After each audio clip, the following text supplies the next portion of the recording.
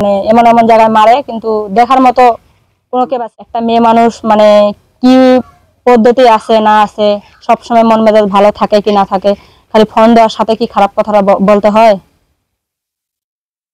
আসলে গ্রাম্য ভাষায় একটা কথা, কুকুর কামড় দিলে কুকুরকে ফিরতি কামড় দিতে হয় না। যদি ফিরতি কামড় দেয়, তাহলে সে নাকি কুকুরের সমানে হয়ে যায়। এই বিষয়টা মানে আমি আপনার কথাটা বুঝাইতে পারছি। একজন লোক আপনাকে বকা দিল, আপনি তাকে বকা দিলেন, তাহলে সমান সমান হয়ে গেলেন না দুজন?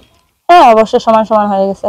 তাহলে এখন ওরা তো ফোন দিয়ে তো এমন এমন কথাবার্তা বলে, খারাপ কথা, এখানে তো বোকা দেওয়ার বাধ্য, এই জন্য বোকা দেই। তাহলে কি বলবে আপনি একটু বলে দেন তো। কি বলবে? যে একটা মেয়ে মানুষ সগে কিন্তু ক্যামেরার সামনে আসে না, তার কষ্ট বিধায় সে কিন্তু ক্যামেরার সামনে আসে। কিন্তু আপনারা যদি মানে প্রবাসী ভাইগুলা বা বাংলাদেশের ভাইগুলা যদি কষ্টটাই, যদি একটা মেয়ে মানুষের কষ্টটাই যদি না যদি বুঝেন, যারা বুঝবে তারা কখনো খারাপ কথা বলবে না, আর যারা বুঝে ওরা কখনো খারাপ কথা বলবে না, যারা না বুঝে ওরা কিন্তু খারাপ কথা বলবে, নেকেট নেকেট কথাবার্তা বলবে। আচ্ছা, তো সেই কষ্টের কথাগুলো বললে সে না মানুষ আপনার কষ্টটা বুঝবে। যদি কষ্টের কথা না বলেন, তাহলে মানুষ কিভাবে আপনার কষ্টটা বুঝবে সেটা বলেন তো। কষ্টের কথা কি, যে আমি হচ্ছে ছোট থেকে মানুষ হয়েছে, আমার বাবা নাই, বাবা মারা গেছে, শুধু আমার মা আছে, আমার একটা মেয়ে 3 বছরের বাচ্চা। কিন্তু আমি অনেক কষ্টতে আমার মানে সংসারটা চলে। নিজস্ব বাসা থাকি, কিন্তু ভাড়া বাড়িতে থাকলে বুঝি চলতে পারতাম না। তারপরে যা চলি মোটামুটি একটু কম চলি। আমি হচ্ছে বাসা বাড়িতে কাজ কাম করি, আমি কিন্তু সব কাজে জানি, সেলাইয়ের কাজ জানি, কিন্তু যাই আমার দায়িত্ব নিবে, যাই আমার পাশে থাকবে, সে যদি একটা যদি সেলাই মেশিন বা যদি আবদার, মানে আমি যদি আবদার করি, সে যদি আমাকে কিনে দিতে পারে, তাহলে আমি একটু টুকটাক কাজ করে খাইতে পারি। বা এবং সে যদি দায়িত্ব নেয়, সেও যদি একটু চালাইতে পারে, সেরকম আমি মানে মানুষ খুঁজতেছি, কিন্তু পাইতেছি না।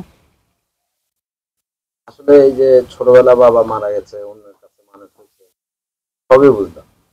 বিয়ে তো হয়েছে, হ্যাঁ, বিয়ের বিষয়টা একটু বলেন। আসলে কি করতে আপনাকে বা বারবার ক্যামেরার সামনে আসতে হয়, এই কথাগুলো একটু বলেন। বিয়ের বিষয় হচ্ছে, আমার আম্মু কিন্তু আগে বাসা বাড়িতে কাজ করতো, করার পরে আমাকে কষ্ট করে বিয়ে দিছিল। তারা বলছিল যে যৌতুক নিবে না, কিন্তু তারপরে তখন দেখে শুনে বুঝে শুনে বিয়ে দিছিল। দেওয়ার পরে সে তখন 1 বছর গেছে, 1 বছর রানিং গেছে, যাওয়ার পরে সে আমাকে যৌতুকের চাপ দিছে। এখন আমার মা তো একটা অসুস্থ মানুষ, বয়স্ক মানুষ, কিন্তু সে তো যৌতুক দিতে পারবে না, সে তো দেখে শুনে বুঝে শুনে তো তারা তো নিছে। কিন্তু ওরা যদি এখন যৌতুকের চাপ দেয়, তাহলে কোথা থেকে পাবে? আমার তো গার্জিয়ান নাই। বলেন। তারপর তখন এইভাবে তখন মানে বিচার হয়েছিল, মানে যা হওয়া মানে কথাবার্তা হয়েছিল, হওয়ার পরে তখন তারা বলছে কি আচ্ছা ঠিক আছে। তখন ওরা তখন মানে নিজের ভুল স্বীকার করে তখন নিয়ে গেছে, মানে রাগ করে চলে আসছিলাম, নিজের ভুল স্বীকার করে তখন নিয়ে গেছে। নিয়ে যাওয়ার পরে তখন মারধর করে, জ্বালায় বা নির্যাতন করে। তখন আমি না পারে, আমার তো গার্জিয়ান নাই, তখন না পারে তখন আমি চলে আসি তখন আবার এইভাবে নিয়ে গেছে। নিয়ে যাওয়ার পরে তারপরে তখন ও তখন নিজে বলতেছে আমি চালাইতে পারবো না, আমি খাওয়াইতে পারবো না, আমি হচ্ছে যে সে খাইয়ে বেড়াবো। নিজের ইচ্ছাতে তখন সে ডিভোর্স দিয়ে দিছে। এই ডিভোর্স দিয়ে দিই। হুম। তো এই যে সে ডিভোর্স দিছে, আসলে আপনার তো কাবিন কত টাকা হয়েছে? আমার কাবিন হচ্ছে 2 লাখ হয়েছিল। কাবিনের টাকাটা কি দিয়েছে? না, আমাদের এখানে কাবিনের টাকা দেয় না। আপনাদের এলাকায় মানে কোনো মেয়ের ডিভোর্স হলে, ছেলে ডিভোর্স হলে কোনো কাবিনের টাকা ফেরত হয় না? না, না। আসলে এখন মানে সর্বশেষ আমরা ভিডিওটা ছোট করব। সর্বশেষ আসলে আপনি মূলত ক্যামেরার সামনে কেন আসেন, কি চান, মন খুলে সত্য কথাটা বলেন।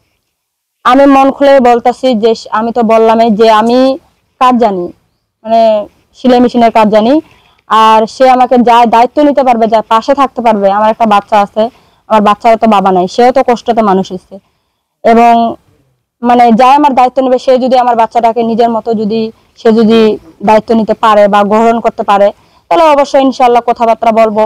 কয়েকদিন কথাবার্তা বলে সে যদি বলে যে না আমি মানে সরাসরি বিয়ে শাদী বসবো, নাহলে ফোনের মাধ্যমে বিয়ে শাদী বসবো, তাও বসতে পারবো, সমস্যা নেই। তো আসলে বিয়ে শাদী বসবেন, আপনার সাথে যোগাযোগের ব্যবস্থাটা কি? যোগাযোগের